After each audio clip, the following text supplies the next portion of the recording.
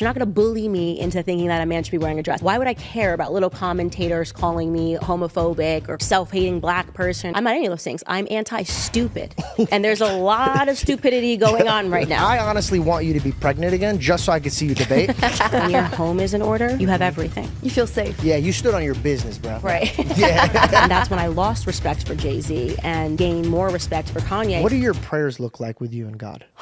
Well, yeah, that is a very personal question. If I got killed for speaking up for what I believe in, just know we're in heaven, we're celebrating. As a Christian, it bothers me that I allow the school system to inform my perspectives, to not care about human beings.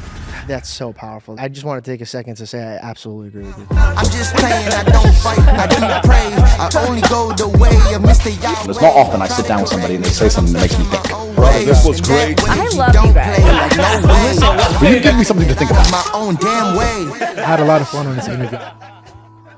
I'm excited.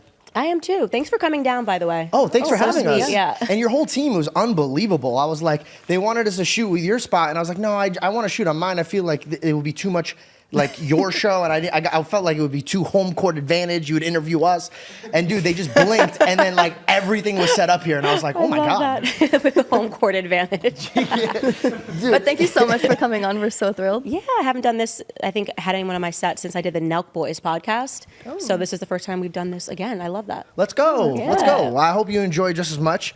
You remind me a lot of Andrew Tate. So when I did the interview with him, he said something that stuck with me forever. Now I can't unsee it. He says, in the eyes of God, you're either going to be a number or a name.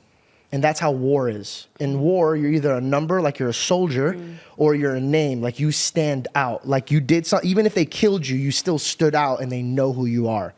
And watching your timeline, I've realized this about you. Regardless of where your heart is, you will be at the front center ready to fight for it. I want to take the time to learn from your POV, because in this podcast, we do help people see from our point of views. And sometimes it gets scary because you learn. So like, have you ever just like been so certain on a thing and then like a 180 and now you have to fight the people that had your viewpoints before? Well, I mean, my story in politics is that I was a liberal and then I became a conservative. And I would say when I was a liberal, by the way, to be clear, I was never voting Democrat. That's one of the biggest lies that the media always publishes. Like, she was a Democrat, and then one day she realized she could make more money as a Republican, which is such a nonsense, given the fact that if I wanted to make money, I would have leaned into being a leftist. I mean, the whole entire media loves the left. Yeah. I would have been on the cover of Vogue if I had said Black Lives Matter and here's why. Yep. So I definitely did not take the easy route there, but you know, I think that would probably be the biggest example of really having to fight, was just the way in which the media attempted and still attempts, but I think a lot is the Black America's kind of waking up to it, to turn Black people against me, which was, I wouldn't say hard, I would say it was very frustrating to realize that when people print things, people that read them just accept that it must therefore be true without actually even watching a clip in its context, without actually, and this still happens to this day, like people just want the information. A journalist has a lot of power. Candace said this, and it's something that I've never said, and they just believe it. I was watching your hearing when you were, they used your words and they spun it and they made it seem like you were laughing at the mass shooter that wrote you in his letter. And I just want to take that moment right there. So paint me the picture of you being a young Black woman, being told what Black people are going through by many white people around them, and then they're taking your words, because they know everything's typed for the media, so they'll be able to quote it. They spin your words, they put it for you, and they say, swallow this, you said this. How do you not lose your mind and say disrespectful things? You lose your temper, you get into, no, you just sat there and I could tell, you know what it looked like? It looked like you were angry, but you sinned not, which I really loved that point of view. You were able to just dismantle them without any disrespectful tone. How long does it take a person to get to that capability? And how did you feel in that moment? You know, it's funny that you started talking about the analogy of war, because I would say that in moments like that, I am never more focused or more clear when I realize that I'm under attack, right? And I think that's a part of adrenaline, where adrenaline can be very clarifying. And I just saw red and I recognized what it was, and I just pinpoint shot like a sniper. And I think that, yeah, it's the biggest part was just I was under attack and it wasn't fair. But I definitely didn't get to that point by any training. And I always tell people, wherever you want to go in life, make sure that you're leaning towards who you naturally are. And I have very much been this way since I was a kid. Like, my parents tell me stories all the time growing up that I was just kind of one of those precocious kids, and they would constantly have to like close the door and laugh because of what I was saying. Like, you just imagine like a 4-year-old reasoning with you, and, but you said this and da da da da. And so I think I've always been a person that pushes back against what I deem to be arbitrary authority. Like, I didn't like when my mom used to say growing up, do this because I said so. Like, that's something that I would instantly be pushing back at as a toddler, right? Because I'm just, what do you mean because you said so? That's not logical. I want an explanation. And I think that very much that is the media complex today. It's like, this is reality because I said so, which makes an enemy of me. Yeah. Well, it's one of the reasons why I respect you so much is your ability to be so eloquent and well thought out. And you're able to make all your points. Like, in that moment when you sat there, you were able to take all the points that they were like saying and then make your case. And I just think that it's such a beautiful thing to watch and such a wonderful thing for a woman like you to show an example for other women, and you truly are a role model for women, to show that you can be strong in your point of views and make your points clear, but also be, level-headed. You didn't need to cause a scene or anything like that to make your point. Yeah, you stood on your business, bro. Right. Yeah. All the people like, what does she mean by that? I say that, they're like, oh, okay, I get it. And there was someone, like one of the judges, when you spoke, he was for you. He sat back and he was like, yeah, he gave you your time. Yeah, that's sick. It was lit. Yeah, it was amazing. I want to take a step back. When you were a liberal, why were you a liberal? Were you influenced by your surrounding, or was it your parents that influenced you? What influenced you into making that decision? The entire ecosystem. I mean, the propaganda that we all grow up with. I'm so interested in what it takes to create a human mind, what elements it takes to create a human mind. And I think obviously the biggest elements, you obviously brought up family. My family didn't care about politics, so they were apolitical, which really just instigates how powerful any other influence was going to be, because I was starting at a zero, right? And that's where they want you to be. That's where they want you to be. Yeah. It's great to be apolitical, right? Yeah, because you're not fighting against them. Exactly. And so then your ideas are likely going to be seeded from the education system. You get into school, you're there 6 hours a day. What are they telling you? Well, if you're a Black American and you come out of school, or if you're a white American and you come out of school, you have a viewpoint about slavery, about the Republican Party being racist and backwards, that Democrats rescued Black people somehow, which is just so counter to what actual history is. It's almost stunning to think about that. I thought Republicans did that. Yeah, Republicans did. But in the school system, you take away this idea. If you want to wonder why Black people vote for droves and Democrats, it's because the textbooks make you think that LBJ, because he literally was the person who signed, the Civil Rights Act, but they don't contextualize that. They don't tell you that LBJ was an avowed racist. He was essentially forced to sign it because there were riots. He was angry about having to sign it and came up with a plan that he would, quote unquote, have those N-words voting Democrat for the next 200 years. And that plan was welfarism, the Great Society Act. You don't learn that. A Democrat signed the Civil Rights Bill and you got all of your rights. It's very, here are the villains, here are the heroes. So they rewrote their story. Yeah. Genius. It is genius. You got to respect the move, right? My mom used to always say, think like a snake, be pure as a dove. Mm-hmm. So you got to know how deep they'll take it. And what they do is they'll beat the living crap out of you mentally, physically, emotionally. And then they'll say, we were the ones that took care of you. Right. And you'll be like, no. But if you say that many, many times in different variations, you'll somewhat be like, okay. It's kind of like when you're in a bad relationship. When somebody's like that you love will tell you the good things to confuse you, but his actions to everybody else will be like, bro, that guy doesn't love you. So, okay. You said that you were going there because of your ecosystem, and I love watching your debates. I honestly want you to be pregnant again just so I could see you debate. I truly, because dude, you're like, get over it. I have no time for this shit. And bro, I would pause it and just die of laughter and send it to all of my friends. I go, she needs to consistently be pregnant. Because you're just very straight to the point. But I have to play devil's advocate. When you see a young lady with, blue hair and she has her signs and she's saying things that are just regurgitated from somebody else, do you not have empathy and see that you were that human being? That she's doing the same thing. She's standing at the front lines trying to defend what she feels needs defense, and you just shatter them where they stand. No, that's exactly what they need. They need a parent, right? That's the problem. I was a liberal, but I was never that. Like, right? Think about what those students are doing. This is an event they are not forced to attend. It is a ticketed event that's being held by Turning Point USA that is meant so that conservatives can finally hear their perspectives on these liberal totalitarian campuses that are just basically applauding Marxist principles all the time. They rarely get to hear a conservative speak. So these people are choosing to buy tickets to attend an event that someone that they hate is speaking at, right? Then they get in line and they stand up so they can say that they're a victim, that they're even standing at this debate, that I'm even there. Like, talk about victimizing yourself. This is completely ridiculous. And what's happened in this scenario is that we now live in a society where people don't believe in parenting. Yep. This is a weird thing where people now you went from like put them in timeout, went from like you're gonna get a spanking, which is my generation, at least my household. I got my butt whooped growing up. Beat the brakes off your kids, bro. Beat the brakes. I told Belle, I said that. I go, listen.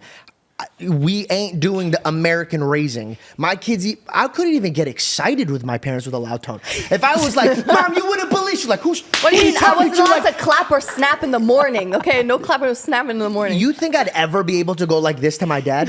Oh my God, he'd disassemble me and put me back in his balls for like a couple more weeks. Just until I format the way he wants me to talk.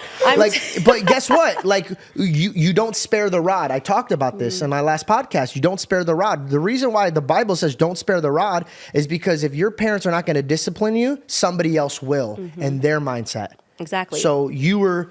Okay, so it's now... absolutely bratty. It's an absurdity. There's nothing here that you victimized. You bought the ticket. You took that ticket, by the way, because my events are always sold out because conservatives are so desperate to hear people that represent their beliefs. You took that ticket and that seat away from somebody else so you could stand up here and say, what do you have to say about people that feel victimized by your presence? Yeah. It's like that is just so infuriating to me, and it tells me directly what kind of a parent you had, right? That you just can't mind your own business. And the reality is you're not victimized by my presence. You just need more attention, and you've been getting way too much attention for your every feeling. You look like a validated child, right? You've Spoiled. been validated. You've been affirmed in your gender and in your ideas. You just didn't get slapped up across the head like I did when I was growing up from my mom. I mean, I got whipped for things I didn't even know what I got whooped for. Afterwards, I'm like, I'm not even really sure what I did there. Yeah. Right? But it made you rethink when you wanted to do something. Right. And so I didn't have this privilege mentality of like, every time I have a feeling, everyone needs to listen to it, Yeah. We're paying for the trophies that are participating. Yes, the participation or like trophies, everybody wins. When you remove the loser, everybody feels like a winner. So they act like losers while acting like winners. It's a weird concept. I think the pendulum is coming back, though. I think the children that are now feeling this are going to teach their children differently. But it's only people like you that are standing up and be like, none of this nonsense. I'm happy, by the way, just going back to your point about empathy, because I want to make it, if she actually was saying something, you know what I mean? There are kids, and those don't go viral, who asked a question and actually one did. It was a young black woman, and she was saying, what do you have to say about someone like me? I've listened to your points. I agree with some. I don't agree with some. But I am obviously, I think she said, a part of the LGBTQ community. And we had a great back and forth because there was nothing bratty. She actually had a question. She wanted to hear what I had to say. But you're not going to take time away from this event and these kids that are here so that you can be seen and be heard. Get out of my face and get out of this event and let people actually engage in this event in a meaningful way. Yeah. So, okay. I don't know how you were raised. Was your mom very heavy-handed, but did she ever show like love and compassion to you? Yeah. My mom was heavy-handed if we were doing something wrong. We were very well-behaved kids. Yeah. I had the kind of mom that would pinch us and she would whisper in our ear. If we even piped up at a restaurant, she'd be like, when we get home, I'm going to whip your ass. Do you ever get one of these? Oh gosh, the pinches. This right here? If any Middle Easterns, they just tucked in real quick when they saw this. You don't even have to say anything. She'll just see me from across the room like this, and then it's just... Wait till we get home. And I'm like, oh man. Dude, she's beat me up in church, dog. I just get the look in the finger. My mom liked to get down. No, I love when she put her finger in my face. She didn't care where we were. Where we were. We never threw fits. And if that little peep, it was on site, right there. Everyone would say we were the best behaved kids because of that. We were we understood that we needed to be well behaved or else we were going to get into trouble. It's your parent, My mom always said, too many parents now are trying to be the friend. And my mom always said, she goes, I'm not your friend. There will come a time when, you know, you're older and we build that friendship with each other, in which I have that with my mom now. But when you're a child, you need an authority figure to tell you what's right. As a child, you don't know what's best for you. Yeah. Also, like, I've like anyone who's seen me and my mom and dad were best friends. I even got a place right next to them because like I just can't stop being with. After this, I'm going straight to them. Like they are my kings and queens, but I never lost that they're above me. So I think what happens is the government says your parents don't know shit, right? They were lied to. And then when you lose that respect for your parents, what they don't understand is that you'll start losing respect for yourself. And it trickles down. So how do we get, so we've tried the heavy-handed, right? And I feel like it is waking up a lot of people, but how is there a tactic that we could do it out of love? Like I haven't seen it online where we're like sitting down, because when I see these people standing up and talking about identity issues or their background issues or wherever their viewpoints are, I have so much empathy, because I'm like, damn, you're broken and you're lost, and everybody keeps pushing you to hell's fire, and like no one's giving you any like real love. Like when I'll give you an example of friends. Like if you have friends that are always telling you, Candace, dude, you're killing it, bro. Like the way you punched that little kid in the face, dog, he deserved it. You're like, no. You should probably tell him like, hey, dude, I love what you said, but you shouldn't punch that kid in the face. You have to have somebody give you the real shit. Like you shouldn't do that. And I feel like now, because of the media, especially with the algorithm, they're only feeding things for your ego, and it's causing a separation. So how do we teach them how to love? Because I feel like the separation is like us like really never being able to see it from their point of view. I disagree with that, I would have to say. I disagree with the premise. I don't think that it's not seeing things from their point of view. I think actually the entire world is bending down to see things from their point of view. Like we can't even misgender someone on YouTube. Seeing things from their point of view is being blared out cultural messaging. No matter how they feel, they have to be affirmed, right? That is actually the culture. They're being affirmed in the classrooms. That's why they're bratty. It's actually, we're suffering from too much love, too much coddling, too much with their hand being held. So if the pendulum is going to swing back, it needs to be with more aggression, in my view, right? If you're going to even that out, they need a moment that just smacks them in the face, and it's like, you're not that special. You're actually not that special. Nothing about your life, to me, is enviable. You're not going to use words to try to silence conversation by calling this homophobia. You know, there's so many different words. This is sexism, chauvinism, this is homophobia, feminism, whatever it is. So yeah, I very much disagree with the premise that these people need love. I think that's what's been happening is that they have the wrong idea of what love is. And in my view, love is discipline. Love is discipline. I think it's important because you want people to do well in life. And so the people that are affirming them, like you just said, are setting them down a path of absolute failure. This is why these kids end up, they come out of college, they have a useless degree in gender studies, and they don't even know who to be angry at when they can't get a job. And so they blame the white man, the rich man, the tall man. You know, it's because of racial prejudice. It's because women can't get, it's because literally you have done nothing of value in your life. Nothing in value at all, right? The world lied to you, the teachers lied to you, your mom lied to you, your dad lied to you. So I'm just going to stand up here and be the truth. And great counterpoint. Honestly, that was an amazing counterpoint. I now agree with you, because you're right. From seeing it from that point of view, like I always just want to not offend, because stop that. It's hard, because like I try to mimic Christ, right? Christ always offended, but he never wanted to offend them. He just said the truth. I don't want to. Yeah, exactly. The truth is offensive now, right? Yeah. You're a man. No, I'm wearing a dress. You know what I'm saying? Like literally, the truth is now considered offense. That was our first tie together. Logan asked me on Impulsive. He goes, Harry Styles is wearing a dress. He goes, isn't that manly? And this is, I was on the podcast for maybe like a week or two. Like I'm very new to the podcast. So I just go, manly? I'm like, I don't think that's manly at all. And I made jokes. I go, when you go to a department, you don't go, I really want a nice dress. And they go, yeah, it's in the men's department. They go in the women's department.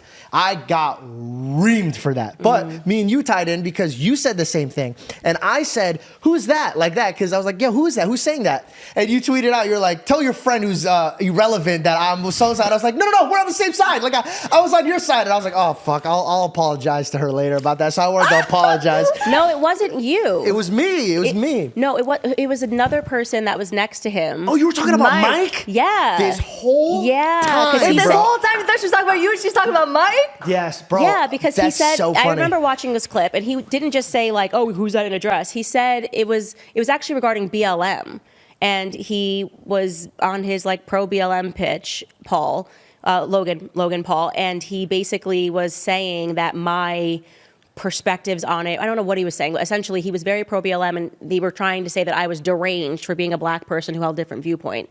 And yeah, I tweeted like, what are you even talking about here? And I was like, I don't know who your friend is. For years, I'm walking Yeah. around, be like, don't get out of bounds, bro. No, it wasn't Don't get you. out of bounds. hilarious. So this is my point of view, right? I don't think it's manly if a man wears a dress. Now, if a man came up to me and is like, I think it's manly to wear a dress, I would say, okay. I don't need to argue with it. So I don't understand that.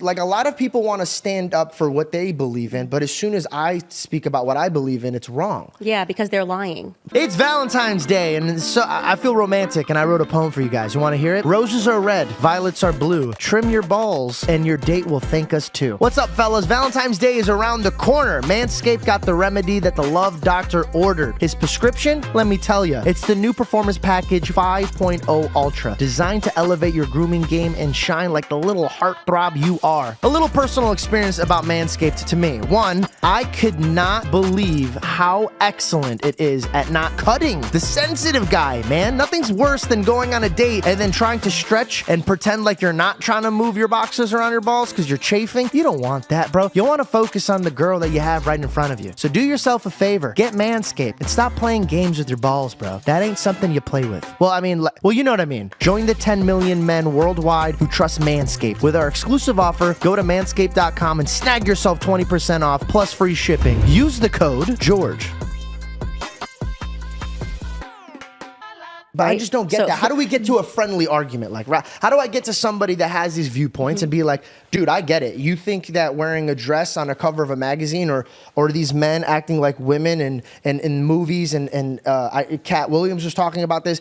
Everybody has their own points of views, but I've never in my life ever heard somebody else's point of views and got so upset that I was like, no, they need to see it from my point of view. I think that's what makes the world beautiful, bro. Even the people that I truly don't even agree with, at least we could get on a common ground and be like, yo, I don't agree with you, but could you at least respect my opinion? Actually, if we had an agreement that, if we were respectful in that way, I feel like then the school system wouldn't be so messed up the way that it is, because then we would respect the fact that there are two sides and one side wouldn't only be taught, right? Both sides would be taught, and then the students would be able to make their decision as to where they want to go. Right. But that's not the case, right? Well, the reason that people get upset, just to kind of answer your question of why that is, you only get upset when you're lying, right?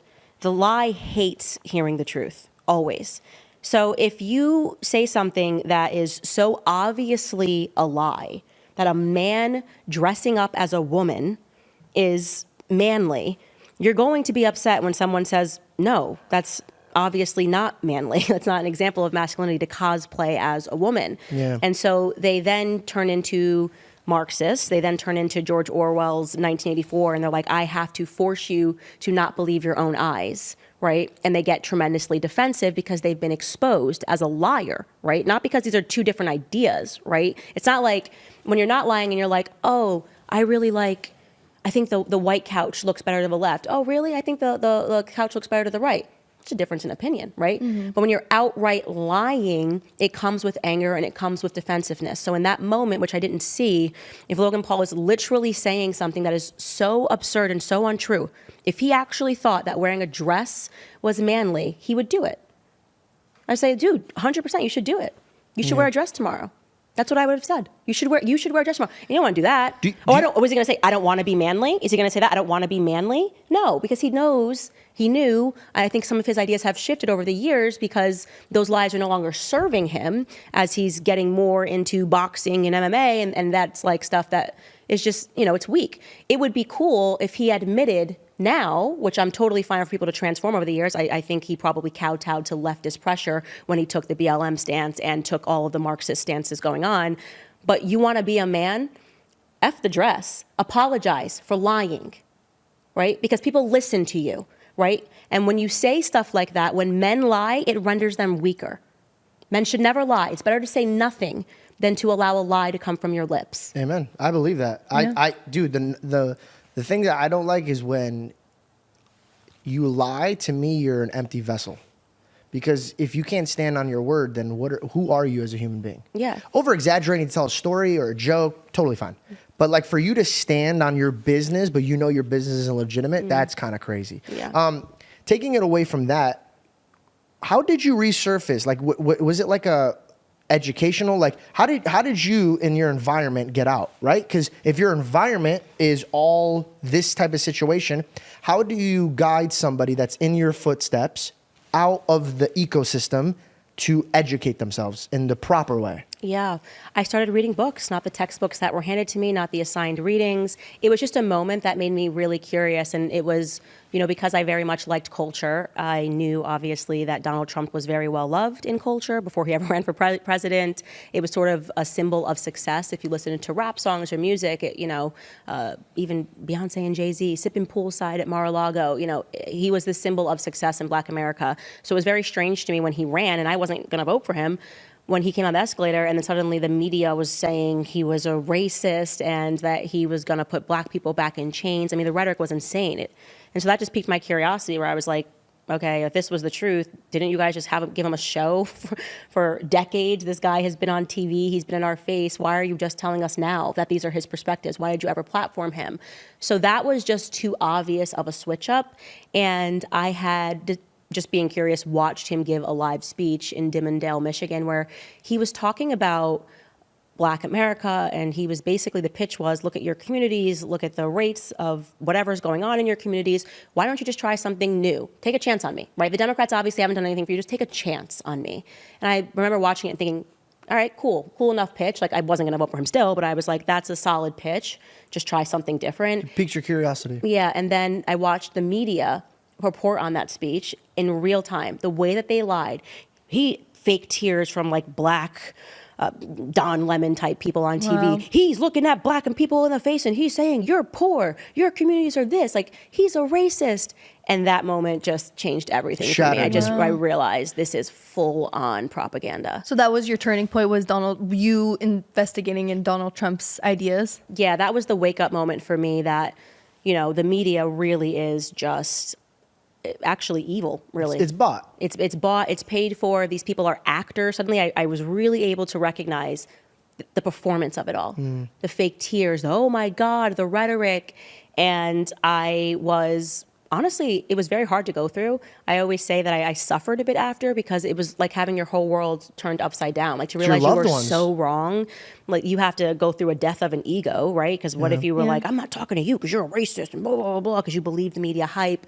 But it kind of shattered my world as I knew it. And I decided to kind of quietly for a year just do some studying. And, I really dove into Thomas Sowell, which he made the economic arguments. He never was left or right per se, but he definitely is a free market capitalist, and he made very sound economic arguments of how could I ever accept anything the Democrats are doing.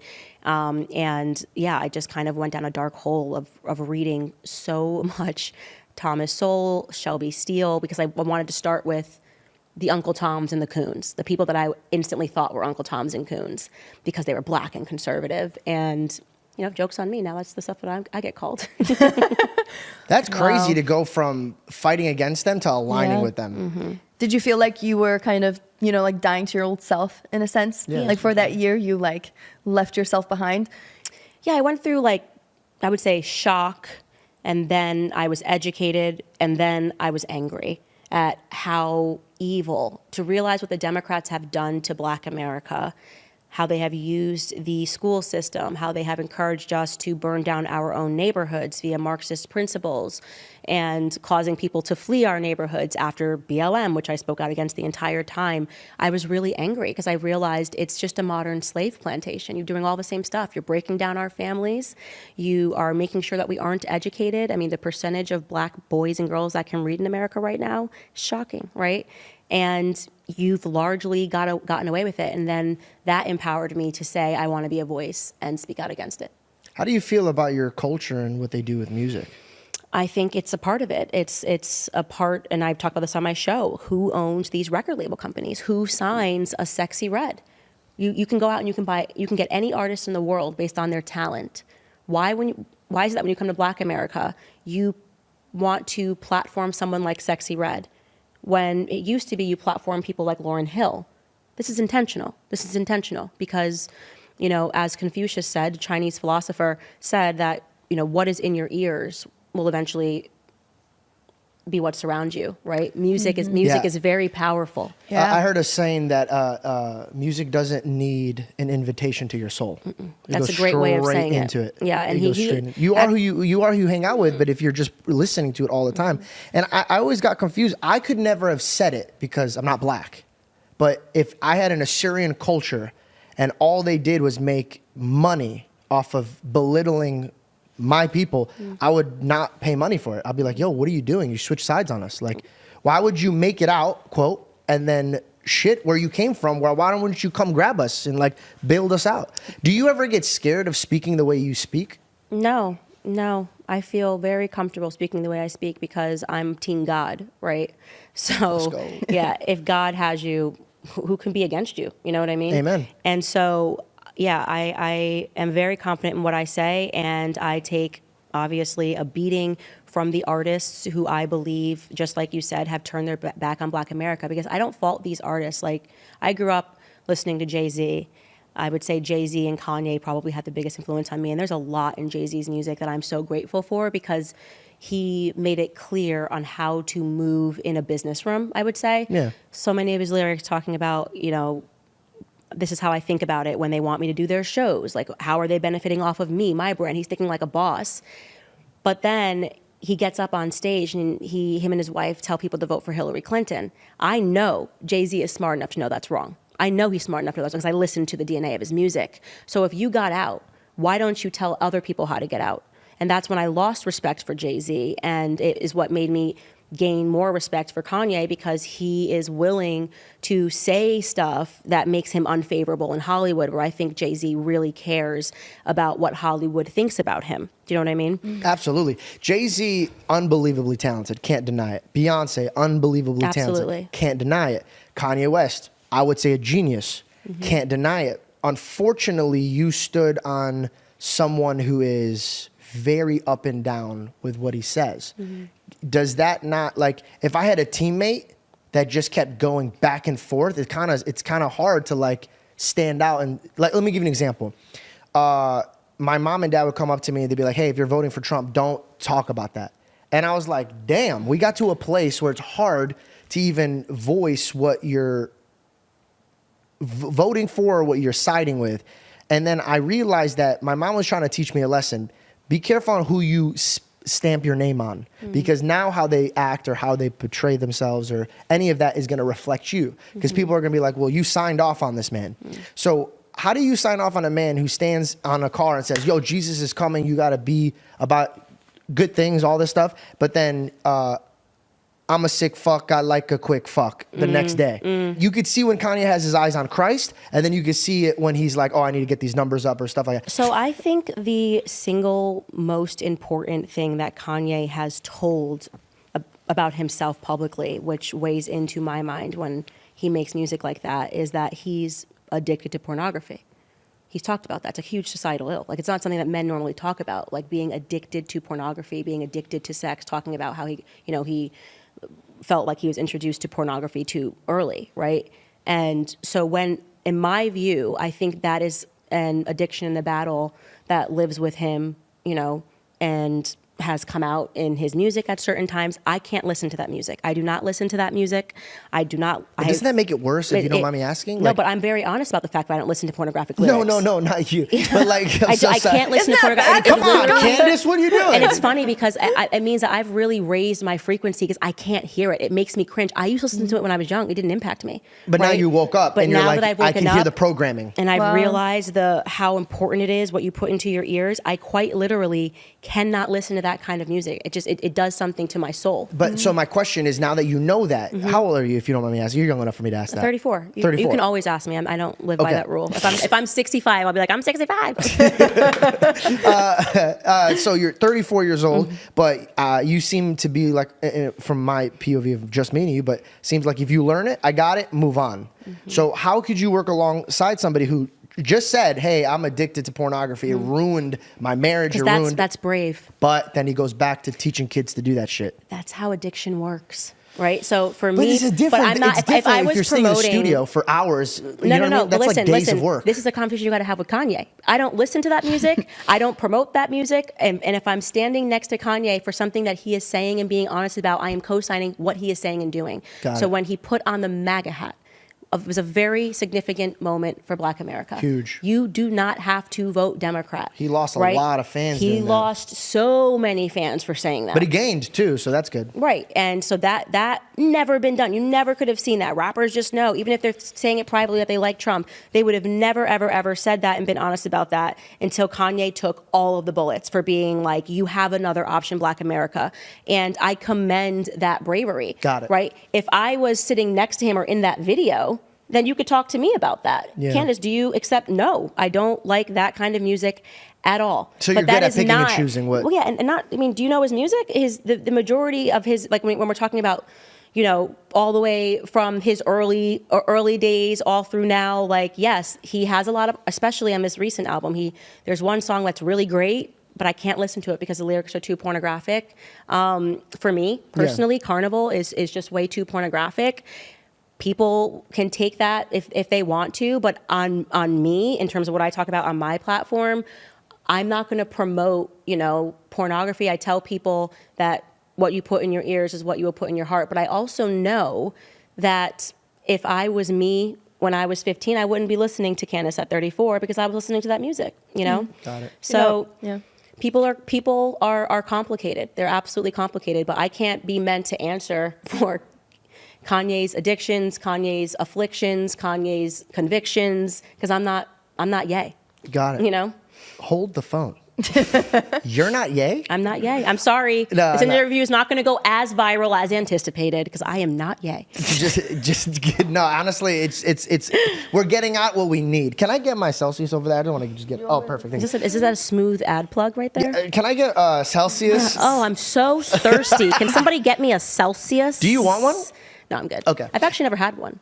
Really? Yeah. Is that like all the biz? Like, Yeah, is that like Would you taste it right? Oh, they're not cold. But would you taste it right? We now? can Yeah, get I her a would, cup of of course. ice. It's in not that- alcohol, right? I don't No, drink. No. It's just caffeine. Could you grab a cup of ice? It's in the room right next door. We know this whole area by now. Yeah, it's great. Yeah, we live here now. Kind of detouring from that. So circling back, you were liberal, got educated, read books, saw Trump, realized that the media is manipulating his words, woke up, died to yourself, had to recreate who you are to teach people to not walk in the same footsteps that you did. What is the hardest part of standing up for what you believe in, and how could somebody because I don't want to be sexist when I say this, but I feel like it's very hard for a Black female to go out and speak passionately without so many critics speaking on her. How did you beat this? Who are you looking up to? What philosophy were you picking from? I always say to people, I'm just my granddaddy's girl. You know, my granddad was and he was not political at all, super conservative, believed in discipline, was extremely faithful. We had to read the Bible every morning. He would make us a big Southern breakfast and we had to read Bible verses. And It's beautiful. I'm very much like him. And my granddad was he passed away 3 years ago now. But he was just very stubborn, you know? Like, you were never going to come to granddad and tell him about his family and tell him about his life, you know? And I think that there was just a genetic component where, for me, once I know this is how I'm living, this is what I believe to be true, you're not going to bully me into some BS. You're not going to bully me into thinking that a man should be wearing a dress. It's so absurd and so ridiculous. Why would I care?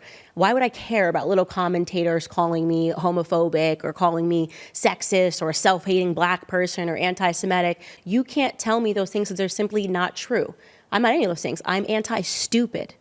And there's a lot of stupidity going on right now, right? Love that. And yeah, so it doesn't impact me. And then I became 10 times stronger when I got married and I had kids. I've never been more secure in who I am and who I am not than when I made the decision to start a family. Has motherhood changed you in any way when it comes to the way you speak?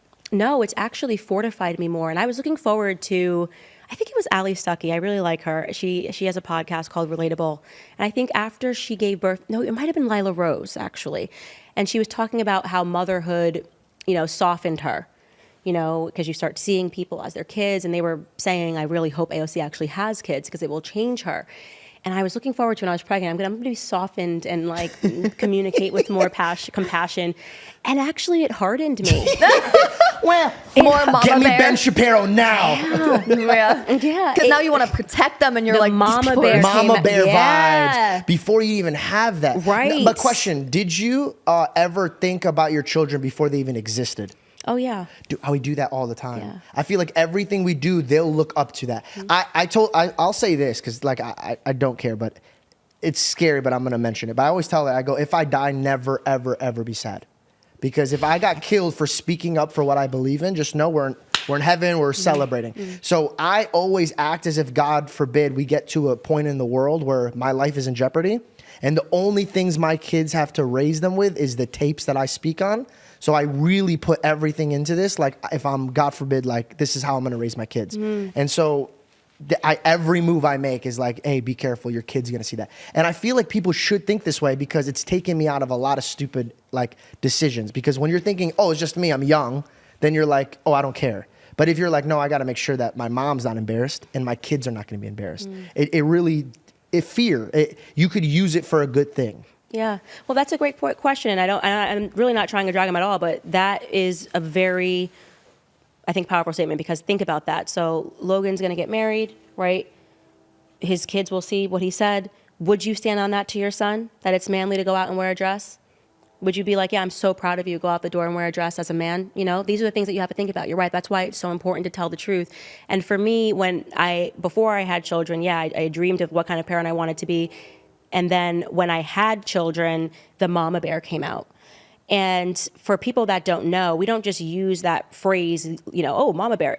It's a phenomenon, what actually happens in the wild and in nature with a mother bear. So the papa bear, if you will, when they want to have sex with the mama bear, they can't if she doesn't go into heat if she's nursing. That's a thing that's all mammals. If you're nursing, you don't go into heat. I deal with it all the time. Right?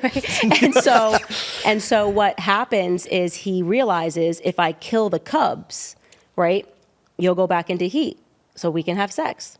Right? No, they don't do that. This is 100% true. They don't do This is that. 100% true. 100% true. Wait, that's crazy. So they really want to smash. Right? So they really. That's crazy. Papa Bear's wild, right? Whoa. From now on, that's my nickname, girl. So they'll attack the cubs and try to kill the cubs. And the mama bear will fight to her death. You got to see the footage. Go look on YouTube of what she will do for her kids, right? And many times wins, right? Or he goes off or whatever because it unlocks. It's like, you're about to kill my cubs. That's what the mama bear, I just wanted to state that so people know. You can go on the internet and look that up. I'm saying to you is true. It's wild. It's incredible. That was unlocked in me when I realized the poison pill that we are giving children in society because we have a lot of weak men and we have a lot of, actually, I wouldn't say weak men. What we're living in right now isn't a patriarchy, it's a matriarchy, right? We have a lot of weak men and a bunch of women who are able to manipulate these men into silence or manipulate them to say things that aren't true. And they're running the school systems, women are running the school systems, where it's just full pollution. And it made me stronger and more fortified, and I'm just going to keep saying the truth and keep saying the truth. Yeah, as for you your should, kids, as you should. Which flavor would you like, by the way? Oh, I think they got me. Oh shoot, I'm going to try this. This is great. We have There's orange a mango too. passion Which fruit one? or tropical vibe. I'm a tropical vibe. My family's from St. Thomas. Okay. Yeah, some of my family's from St. Beautiful. Thomas. My grandma was from St. Thomas. Yeah, so this feels like the right thing to do. Yeah. Tropical like vibes. this will fit with you. Yeah. This is terrible. And so now with your husband, do you feel like when you met him, where were you at in your career when you met your husband? And do you feel like he had any influence over your points of views and your growth? In my growth, absolutely. Every day in marriage, you know, I am blessed that I am married to the most wonderful man in the world. No offense. Great name. He is, yeah, great name. Same Only name as sexy you. men can be named George. I'll tell my son that, who's named after George. Dude, I'm trying to get her to name it George. She won't. It I was did. George the Third. Come on, how hard is I love that? it. I like George the George Third. Janko I'm all the into Third. it. Bro, if you say it loud enough, all bears get heated up. You don't even need to kill the. You don't even need to kill the cubs.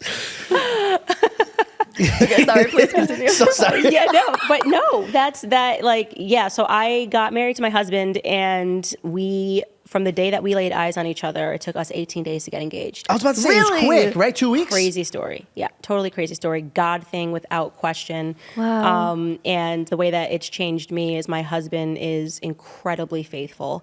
It also, like I said, added to just my security. It's like there's nothing the world can do that's going to impact this, right? So that there's constantly this threat when you're on your own. That we can pull this and your life will be over, your life will be canceled. When your family, when your home is in order, you have everything. You feel safe. Yeah, the you foundation have of everything. life. I mean, there's nothing that can happen that you can take from me. Yep. Because we have everything. Amen. And I pray beautiful, that goes only stronger and it builds. And your bloodline gets stronger. And there's just a bunch of OCs just running around, just screaming at people, be like, you're a liar. And so, how does he? Quick, Oh yeah. I don't know if this is supporting. I think they're a sponsor because they've got some Celsius shares, but I'm going to try it. So if you are a sponsor and it's bad, unfortunately, I always tell the truth. Let's go. Let's go.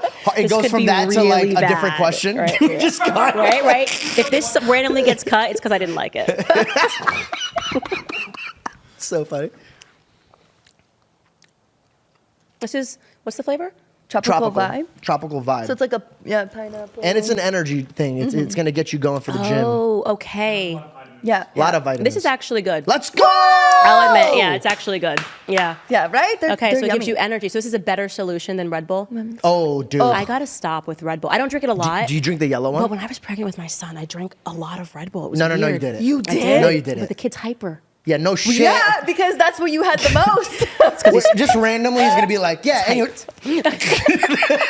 I'm like, Wait, that's actually crazy. Wait, that is actually really wild Yeah. when you think about it. The fact that you drank a lot of Red Bull and he's super hyper, because usually women, when they're pregnant, whatever they eat the most, that ends up being the kid's like favorite food. They're all hyper. that's so funny. They're all hyper. Doesn't matter what Celsius you went eat. from like watching her like it to talking about Red Bull. They're like, bro, come on, what the fuck? Oh, I'm so sorry, but like, yeah, no, I don't want to drink. I didn't want to drink this. So this is a Replace great. that That's what I'm with- saying. there This it tastes is. better, There you way go. better. Yeah, Way better for and you. it's definitely Nice, Red Bull's nice. obviously bad. That's you real know? right there. Yeah. She tells the truth. Yeah.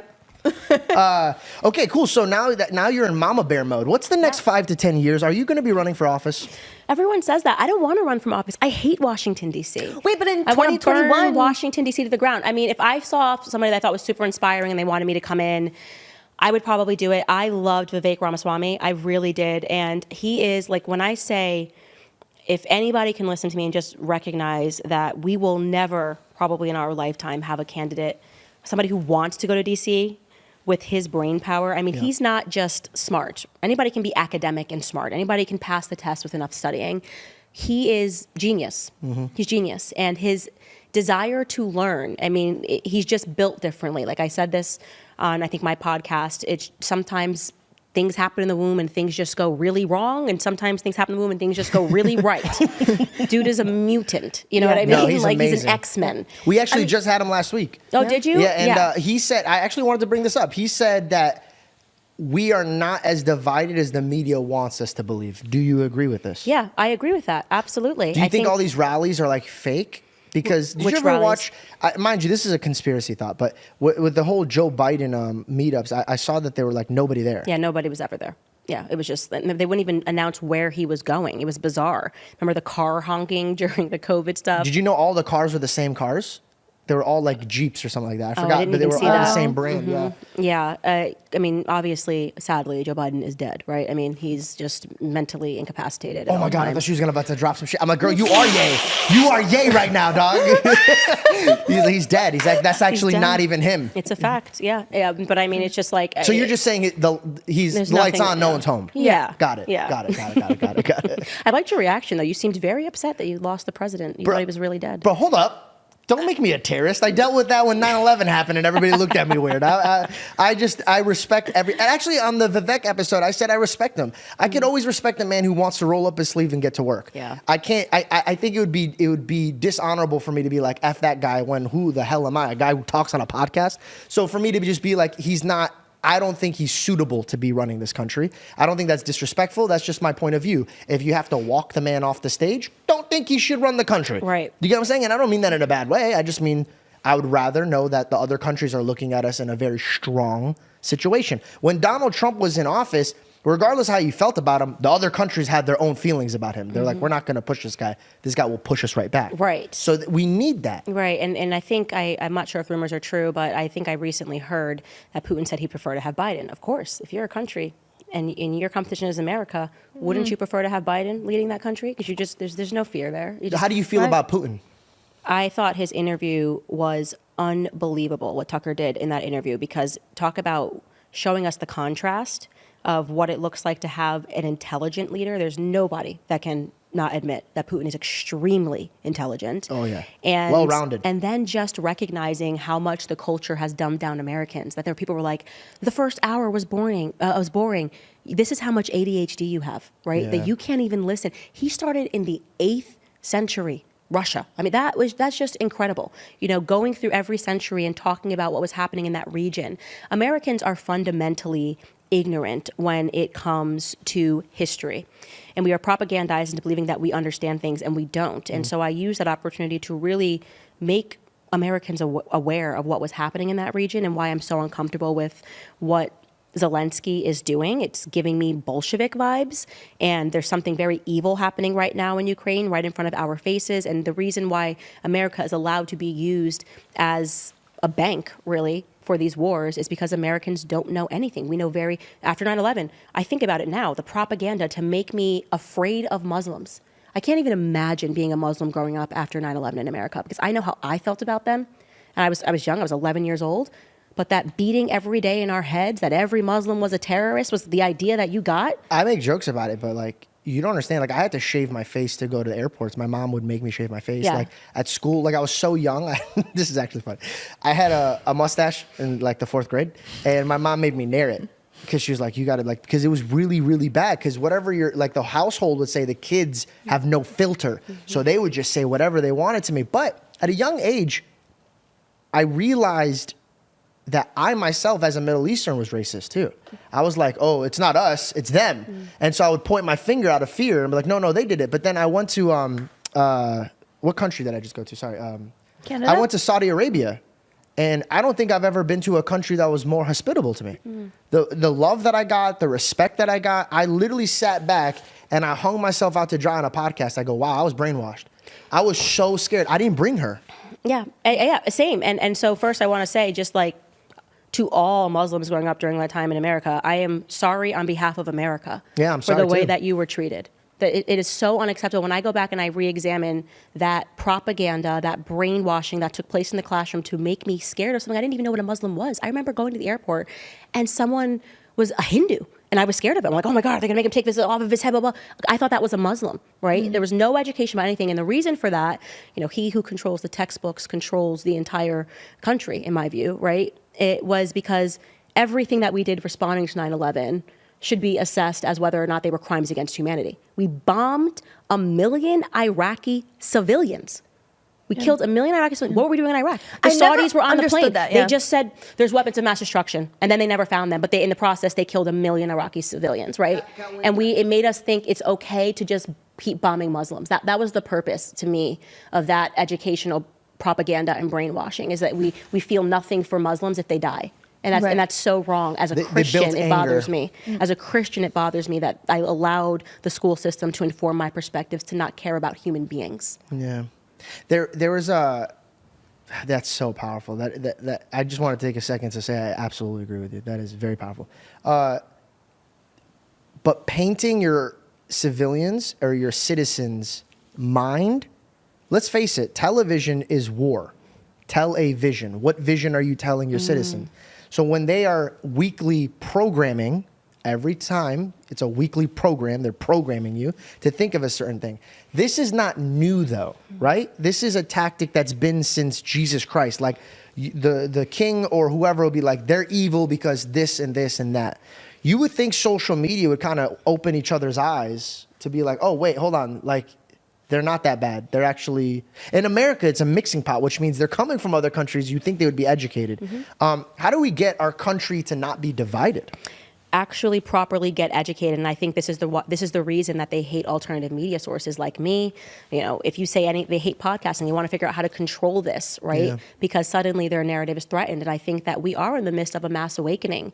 I would say to any person that's watching this is to know that anytime you are thinking in your head that these are always the good guys and you're referring to an entire religion, you know, an entire class of people, all women are this, all men are that, all Muslims are this, all Jews are this, you're being programmed. You have been programmed.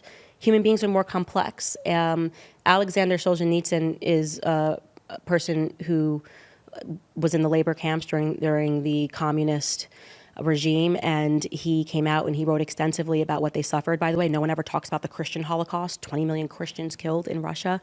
And he was writing about it, and he says, everybody's capable, and I'm butchering this quote, we should find the direct quote because it's so powerful, that everybody is capable of good and evil, right? And he says the reason why it's not so easy to just go after evil and conquer it, or go after, you know, good and put it up on a platform, is because at any moment good can become evil and evil can become good. And I have seen that in this industry.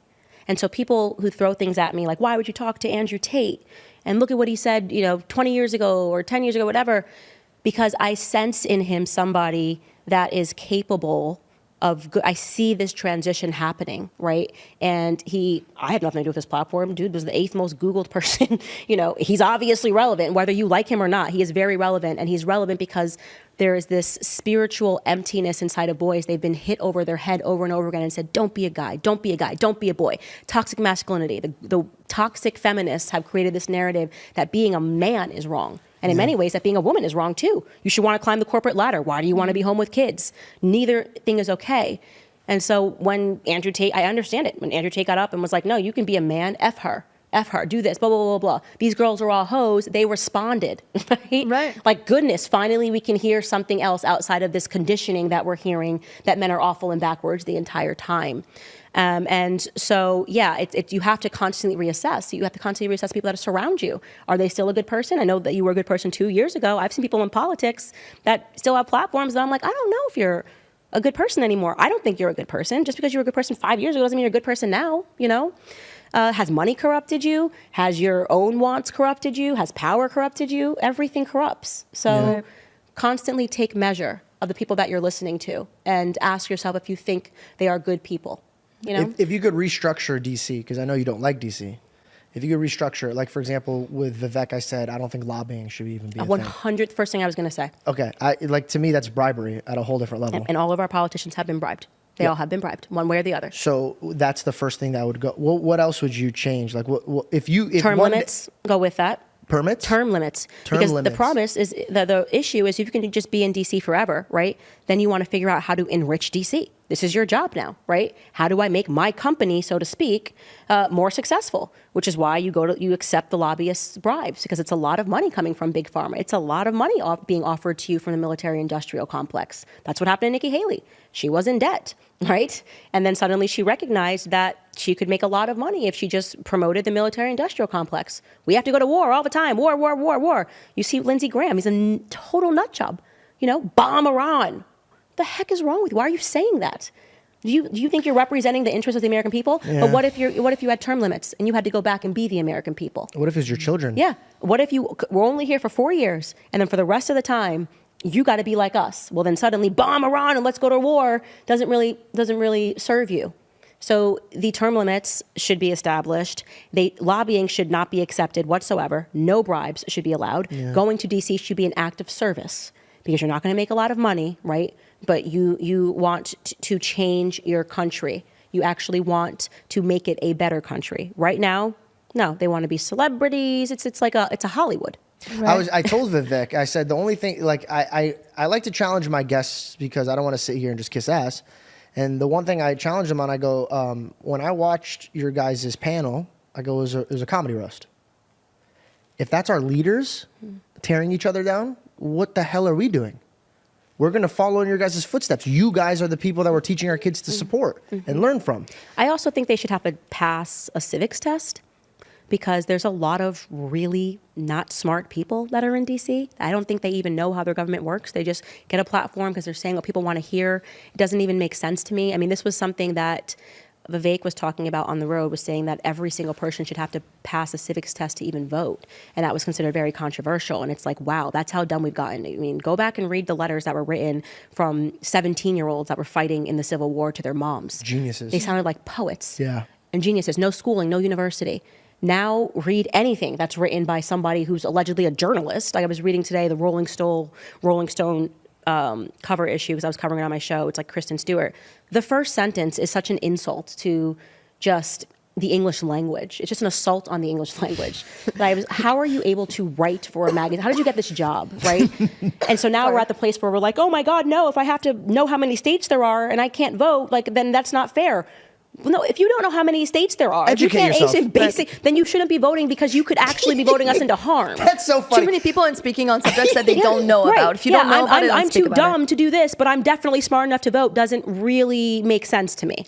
I want to be a doctor and do surgery, but I don't want to go to school. Right. You're going to open me up? Right. Especially another thing, if you don't pay taxes, it's wild to me that you would be allowed to vote. If you don't pay taxes and you're just fully just on the tit, so to speak, why on earth are you able to vote on how I'm going to get taxed? Like, this doesn't make any sense to me, right? Like, you're not a participating member of society if you're not voting, if you're not being taxed. Have you been in LA? You've got no skin in the game. I've been to LA many, many times. Have you ever lived in LA? No, I would never live in LA. What are your thoughts on homelessness? Do you live in LA? I used to. I go back and forth. I come for work, so I have a place in LA where I come and shoot and do stuff, but I mostly reside in Scottsdale, Arizona. My thoughts on homelessness is that people are really uneducated. They believe this narrative that a homeless person is just somebody that's down on their luck and just needs a place to stay. Yeah. The overwhelming majority of them are drug addicts, and they had places to stay and ruined their entire lives because if you gave them $200, told them to go feed themselves, they would go to the corner and they would buy crack. These people are extremely dangerous, right? This whole concept of the poor, sad, homeless person, and the way you're going to help them is by giving them more money to spend, is completely foolish and ridiculous. Like, again, we need to tell the truth about why we have these people that are on the streets.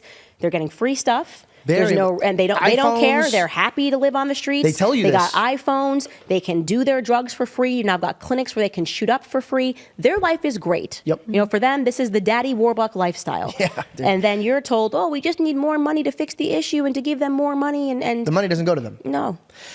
And a lot of people would be like, that's not very Christ-like of you. No. It is. It's a sin to walk that type of life.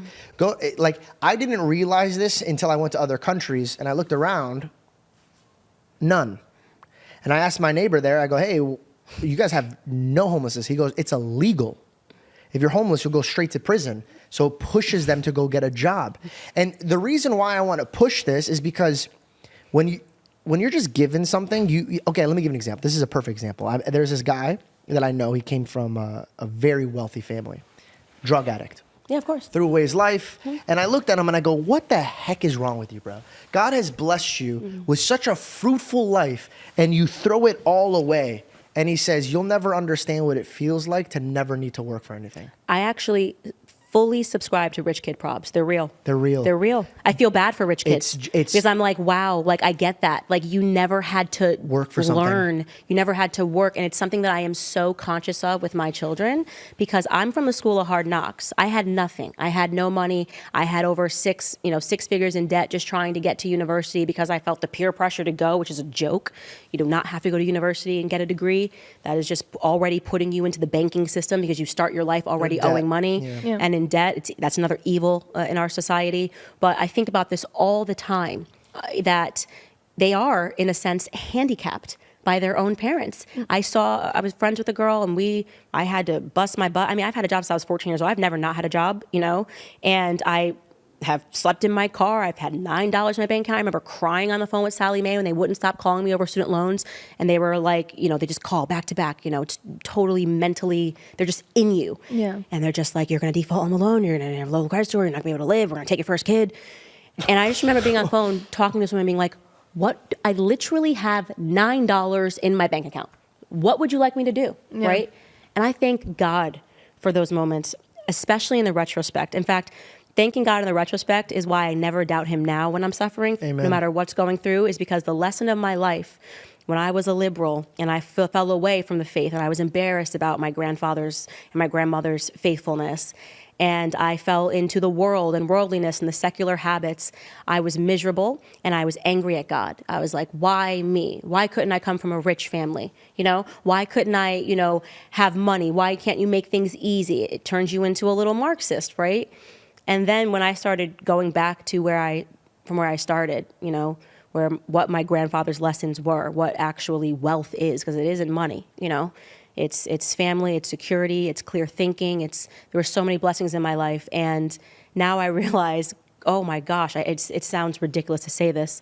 God's a genius, right? It sounds so ridiculous and patronizing to say God is a genius. But every single place that he put me, every bit of suffering, now when I speak on authority, You right? praise it. Yeah, I'm like, you are just so smart, God. You're a genius. Oh, I hate to say it's so patronizing to you, but you know it, And now when I can't make sense of things that are happening, when I'm like, why is this happening to me? Mosque shootings, types like that. I'm like, I don't know what you're doing, God, but I know that you have me. Mm-hmm. I know that you're not putting me through the suffering. I will understand your perfect design and your plan later on. Yep. And I don't doubt him. I don't doubt him anymore. Mindset.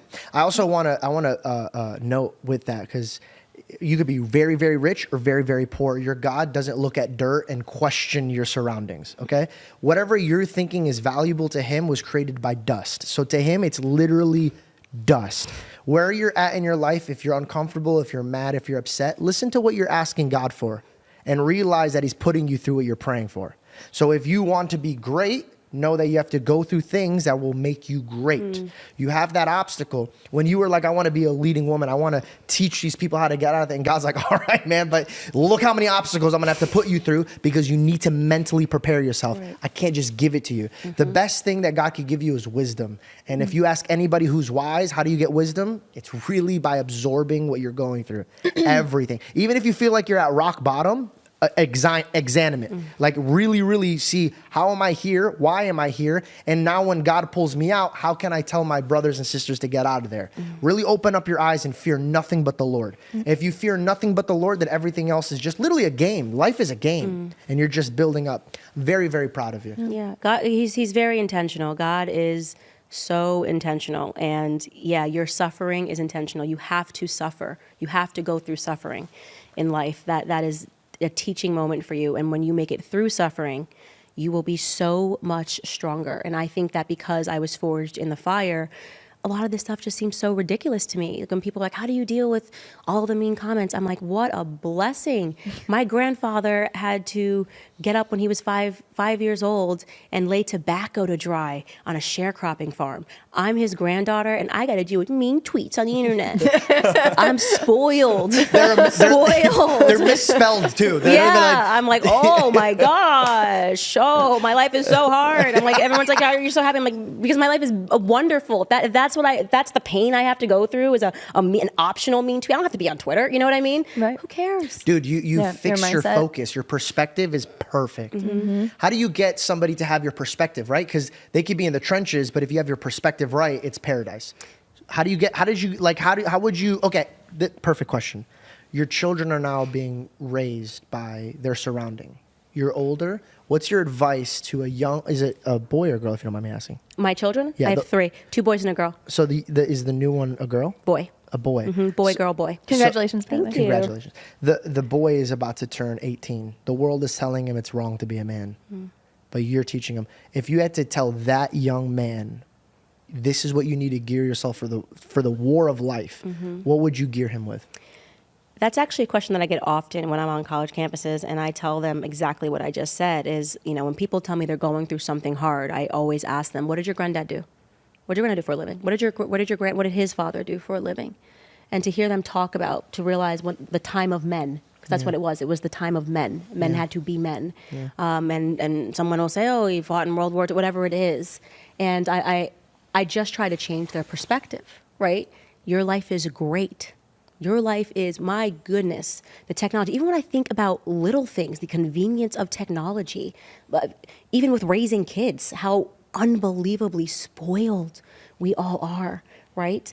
The problem is people aren't given that perspective. They actually think that their suffering is true suffering or true hardship. And what's amazing is that the people that lived through what I would say was true suffering and true hardship don't have that perspective. They don't complain. No, they never complain. Because they don't play victim, they play victor. Right. So the Nice. problem is that actually is a direct quote from me that was taken from Turning Point. Really? Yeah, I swear. Wait, to what God. I just said? Damn, Belle. My mom No. says, no, my Yeah. mom has said that. No, No. I swear to you, my mom has said that my whole life because my mom's had an absolute wild life, and we had our own tribulations when I was younger, and she'd always look at me and she's like, in life, so you could either be a victim or you could be a victor. You choose what you Wow, want to be. I love that. And that's because nothing is original under the sun. Of course, your mom, yeah. But I think that's amazing. How dare you steal from her mother? No way, I know. We're going to let her mom mint that. Yeah, but that is the right perspective to have. And it's like, actually, the best thing to teach them is like, you're just not a victim.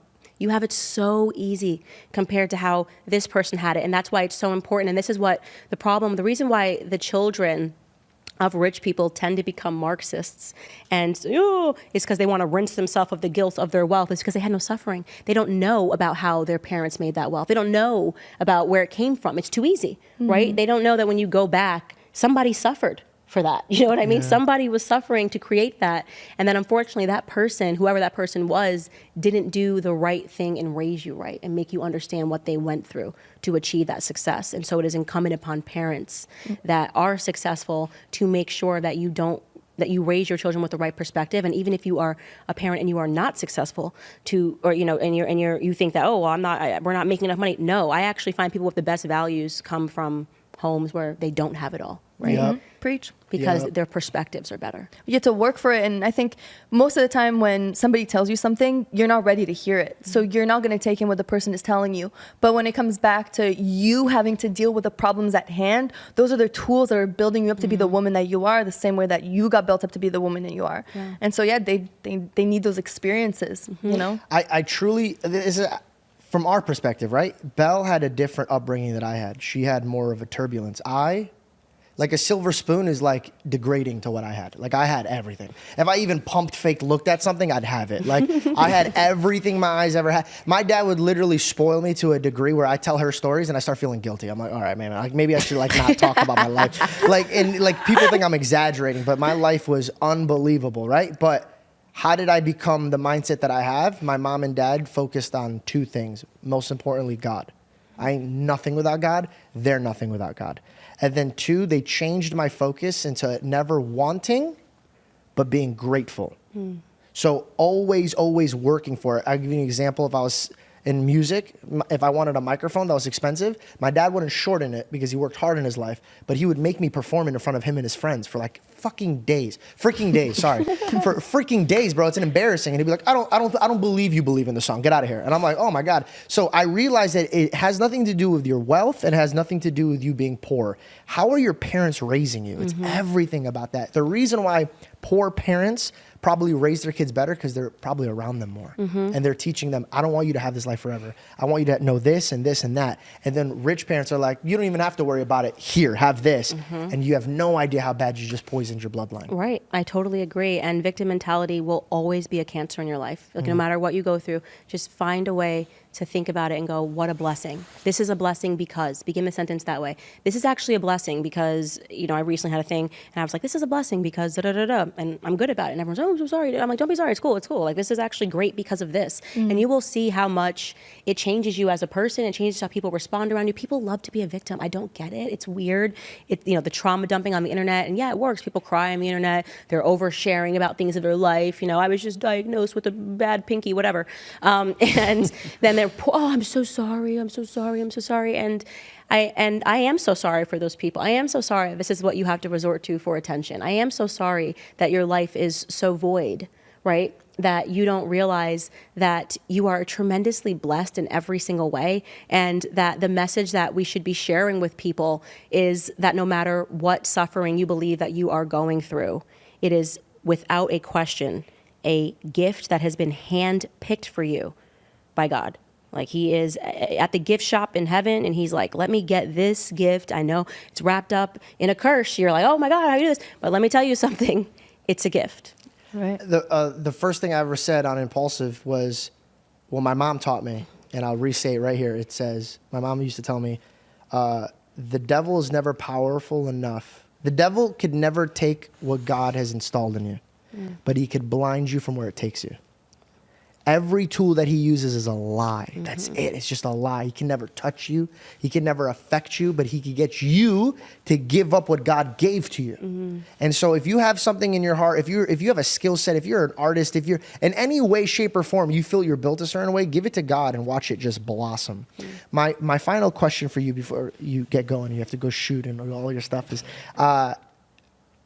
what is your, and you don't have to get too personal, but this is a question I really would love to know. What do your prayers look like with you and God? Well, yeah, that is a very personal question. You don't have to dive into like No. all the details. I but mean, like, I will be honest. When my husband and I pray together, it is just about, first and foremost, we just have a ton of people that we name that we ask him to, intercede on behalf of their lives. Like this is, we pray for this person, this person, this person, this person. So the majority of the prayer, I would say, is just praying for other people. I believe it or not, we pray for our enemies. no, that's beautiful. Yeah, and I mean it to people when I'm like, I genuinely wish you well. Because where you are at right now is such a dark place. If you can do these sorts of things, that like I can't even really be mad at you. I have to feel bad for like where you're at because I'm not there. And then it is just giving thanks, and without question, I always ask him for strength to continue doing his will in the world. Is probably that's a direct thing that I say in all of my prayers. Thank you for the continued strength to keep doing your will in the world. Amen. It was in my heart. It was like the first thing I wrote down that I wanted to know, and I will say why. It's because when I look at you, I see a like legit soldier that got put here purposefully, and I really do mean that. I don't just butter up my guests. If I feel like I truly need to rebuke or influence, I'll do that. But when I sat with you, I really do feel like we're just taking away. You've been in the war a lot longer than us, so I just wanted to learn from your perspective. And honestly, I pray that none of your ego or anger, any emotions that the devil wants you to use, is ever used. And I just pray that not only you, but your bloodline is multiplied, and there's a lot of blessings that come your way. I really do. I really pray for that. Well, I just want to thank everybody watching, because I think people always come up to me and they say, I pray for you. And that is the only thing I ever ask people to do. If you ever want to help me, just pray, because obviously the prayers have been working and God has given me the platform that I have today. And it is obviously a platform that I'm grateful to have, but it wouldn't be here without the people, that invest in me by watching a video, subscribing to my YouTube channel. Like everything that I have is because God gave me the strength and people believed in me. And so I will always be honest with them, no matter where it lands, no matter what firestorm I have to go through. Yeah. I just don't lie for a living, You're such a beautiful soul. Thank you. You guys are so sweet. Thank you so much for sharing with us. Yeah, that was awesome. Thank you so much. We'll have to do it again. I would love to. Yeah. I would love to. That'd be awesome. Thank you so much. Where are you guys? I'll let you guys wrap, but where are you guys based? We travel around. So we're usually based in LA and then Arizona. Okay. But for our podcast, I don't know. I think I learned. Travel a lot. Yeah, I learned from Impulsive because Logan would be so busy. He would travel a lot for his work. And I was like, whoa, this is actually genius. I'm not going to wait for my guests to come to me. I'm going to show them that I want to be there. So great. Yeah. You'll find success. And we were actually just talking about this like 2 days ago, talking about how like not a lot of people do that for their podcast, and it's such a different experience to come to the person, and it's a lot of fun. It is. We get to see their hometown and stuff, so it's cool. Yeah. Nashville's lit. Yeah. Great food, bro. We're gonna go walk around. Everybody's so positive. They're just a bunch of positive people. Look at this guy smiling back. I can see his And all the hotels have country music, which I love country music, so I love being in like Babe, Tennessee she or has Texas. to go. You know? Come on, I'm sorry. bro. I'm so sorry. That's an ad for Nashville. Visit Nashville. Thank you guys for watching. I'll see you guys next time.